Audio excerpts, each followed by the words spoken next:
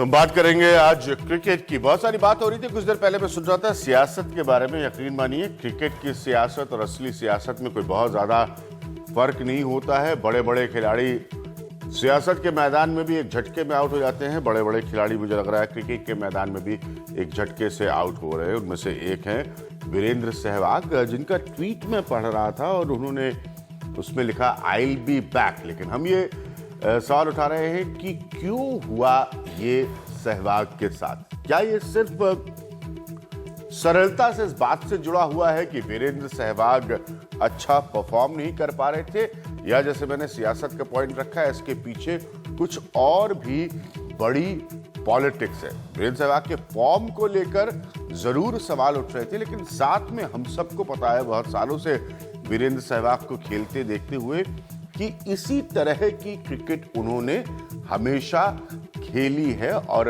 हमेशा एक ऐसा तरीका रहा है उनके क्रिकेट में कि वो एक बड़े इनिंग्स के साथ, एक बड़े मैच के साथ रिटर्न करते रहे। लेकिन क्या देखने और समझने वालों ने इस बात को वीरेंद्र सहवाग की नजरअंदाज किया? यही सवाल हम एक बार फिर आपके सामने दोहरा रहे हैं कि क्यों हुआ ये।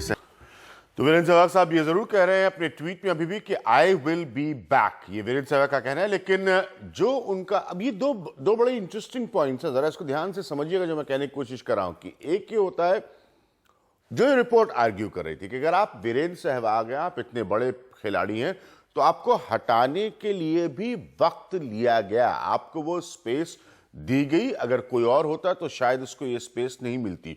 दूसरी बड़ी बात यह है कि गौतम गंभीर के बाद आपको एक तरह से कहते हैं बड़े खिलाड़ियों को छूने का हौसला मिला, जिसकी वजह से सहवाग के साथ ये हुआ। मैं आज अपने आपको पैनल से मिलाता हूं। मेरे साथ बेदी साहब मौजूद हैं, मेरे साथ सैयद किरमानी साहब मौजूद हैं, मेरे साथ देवाशीष दत्ता जी मौजूद हैं, मेरे साथ सुरेंद्र खन्ना साहब मौजूद हैं।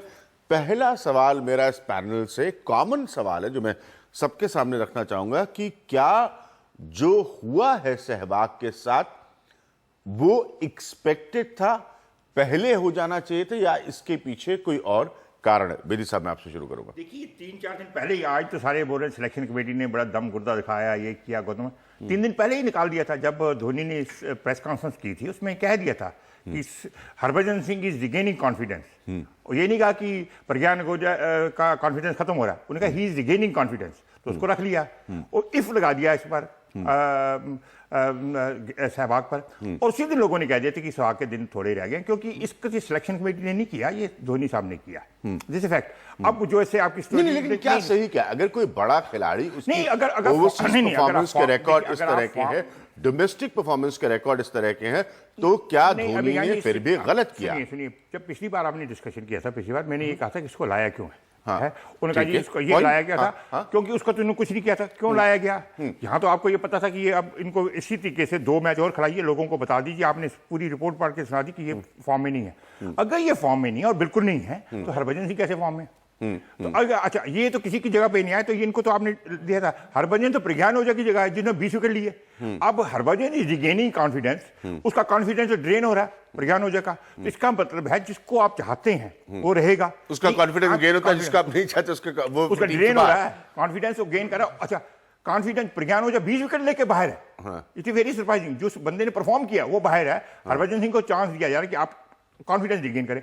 I am not holding any brief for Sehwag, उसने नहीं किया, मगर कहीं ना कहीं उसको आपको लाने नहीं चाहिए। अगर फिट नहीं है तो आपको पता था फिट नहीं है, उसका आई साइड कमजोर है, आपको पता था आई साइड कमजोर है, वो झुक नहीं सकता, आपको पता था, फिर आपने स्लिप में रखवा दिया, आपको झुकना पड़ता है। तो आपने एक किस्म को सहवाग को एक्सपोज करने चाहा था, तो वो कर दिया, राइट और रॉन्ग। मगर जिसको आपने बचाना था उसको बचा लिया, और जिसको आपने नहीं खेलना, ठीक है, मैं आऊंगा। ये बहुत इंपॉर्टेंट, बहुत इंटरेस्टिंग है। सुरेंद्र खन्ना साहब मुस्कुरा रहे हैं बेदी साहब के कमेंट्स को सुनकर, लेकिन क्या जो सहवाग के साथ हुआ वो सही है या गलत? देखो, जब बड़ा प्लेयर जिसने स्टैंडर्ड सेट किए होते हैं लंबे समय तक अंतरराष्ट्रीय क्रिकेट में, और जिस तरह से वो खेलता है, एक्सपेक्टेशंस होती हैं कि वीरू जो है बड़ा 100 लगाएगा, 200-300 बनाएगा। जिस अंदाज में वो खेलते हैं, आतिशी अंदाज में, कि गेंदबाजों को नींद नहीं आती है अपोजिशन टीम्स को, तो अगर उस चीज को देखें पिछले 20 टेस्ट मैचेस को, तो वीरू अपनी उस लय में नजर नहीं आए। और ओवरसीज जिस रिकॉर्ड तो जिस बहुत ही तरह खराब से है, मतलब जिस ओवरसीज रिकॉर्ड जो या, वो रिपोर्ट दिखा रही थी बहुत खराब है नहीं वीरेंद्र डोमेस्टिक सहवाग भी अगर देखें तो इंग्लैंड के खिलाफ भी पहले मैच में शतक के बाद जो है उनकी फॉर्म जो है वो नहीं रही, क्योंकि जब आप 40 या 50 बनाते हैं तो वो रन्स नहीं गिने जाते, क्योंकि जब आपने 200 170 300 इस तरह की पारियां खेली होती हैं तो जो भगवान बना लेते हैं अपने चाहने वाले जो हैं इस तरह के खिलाड़ी को, जो इतने 10-12 साल से इतने रन्स बना रहा है और जिस स्टाइल में जिस तरह वो खेलते हैं, बहुत बड़े प्लेयर हैं और इसीलिए इतना समय लगा। हम 9-10 टेस्ट मैच हारे, हम सब लोग कह रहे थे कुछ नहीं कर रहे, चयन करता ये नहीं कर रहे वो नहीं कर रहे, जब चयन करता ने कुछ किया तो करंट डिसीजन फॉर्म सही के है, ऊपर अल्टीमेटली डिसीजन सही है। उनकी आईसाइट हाँ। और वो स्ट्रगल करते हुए नजर आ रहे हैं। अगर वीरू कट मारते, थर्ड मैन पे आउट हो जाते, स्ट्रोक खेलते पॉइंट पे आउट हो जाते, तो चयन करता जरूर कहते कि चलो स्ट्रोक खेलते हुए आउट हुए। यहाँ पे वो स्ट्रगल कर रहा है डिफेंड करने के लिए, स्टे करने के लिए विकेट के ऊपर। आईसाइट, उसने चश्मा लगाया है, एडजस्टमेंट नहीं हो पाई है। वो मिडिल ऑर्डर में खेलने को कह रहा था, टीम मैनेजमेंट मानी नहीं है, कोई माना नहीं है। तो फॉर्म के ऊपर अभी क्या आई से कि चयनकर्ताओं ने जो है, अगर शिखर धवन को मौका अब मिलता है या रेहाने को मिलता है, और हम सब कह रहे थे कि भाई कुछ बदलाव आने चाहिए, तो आई थिंक अब वो कर रहे हैं, तो हमें इतना इमोशनल होके प्रैक्टिकल होके नहीं कि भाई यहाँ पे जो निर्णय लिया, जब सहवाग स्ट्रगल कर ही रहे थे और आपको उनकी तो 2 मैच फिजिकलिटीज की प्रॉब्लम पता थी, तो फिर आप लाए क्यों? वो इसलिए होता है क्योंकि आप इतने बड़े प्लेयर हैं, आपने इतने रन्स बनाए हैं, तो आपको मौके भी फिर ज्यादा मिलते हैं। नहीं तो ऐसा नहीं होता कि आप अगर इंग्लैंड पे 100 बनाया, फिर 70 बनाया आपने, 2 पारियां आपने 50 की खेली, तो कप्तान और कोच एक्सपेक्ट करते हैं कि आप जो है बड़ी पारी खेलेंगे। वापस समझ आया, तो आप कुछ कहना चाह रहे हैं। मैं तुरंत किरमानी साहब और देवाशीष दत्ता को लाना चाहूंगा। देवाशीष दत्ता, जैसे मैंने कहा, मेरा बेसिक सवाल वही है, क्या जो वीरेंद्र सहवाग के साथ हुआ है वो सही है, ऐसा ही होना चाहिए था? देखिए, जो दिन गौतम गंभीर को निकाल दिया था, उसी दिन writing on the wall clear था दैट भाई जिसको परफॉर्मेंस नहीं रहेगा उसको निकाल देगा। तो मेरे कहने का है, देखिए पिछले 3-4 सालों से नहीं, पिछले 33 साल मैं इंडियन टीम का साथ टूर कर रहा है। जब भी वीरेंद्र सहवाग रन नहीं मिला, कप्तान धोनी, कप्तान गांगुली, कोई भी आया, वो क्या बोला, नहीं Virender Sehwag can do anything, अगर जो दिन उसको बल्ले में लग जाएगा तो वो जीतेगा, वो जिताएगा। तो हम तो उसी दिन का तो मतलब उनके लिए एक दूसरा किस्म का लाइसेंस दिया हुआ है, जो तुम जाओ और धुलाई करो, नहीं होगा बट हम लोग मान लिया जो तुम ऐसा ही प्लेयर है, ठीक है। तो ऐसा अगर स्थिति उनके पास ले ही गया तो सडनली स्टांस तुम बदल गया क्यों? मेरे को यही कहने का है, जब तुमको पता है, जो अभी सुरेंद्र खन्ना जी जो बोले हैं कि देखिए चश्मा लिया है, एडजस्ट करने में टाइम लगना है, तो उसको बोला जा रहा था जब भैया अभी तुम 2 टेस्ट मैच तुम रुक जाओ, हम तुमको दोबारा तुमको ले लेंगे, क्योंकि देखिए चश्मा से एडजस्ट करके खेलना आसानी का बात नहीं है, तो थोड़ा टाइम तो लगेगा।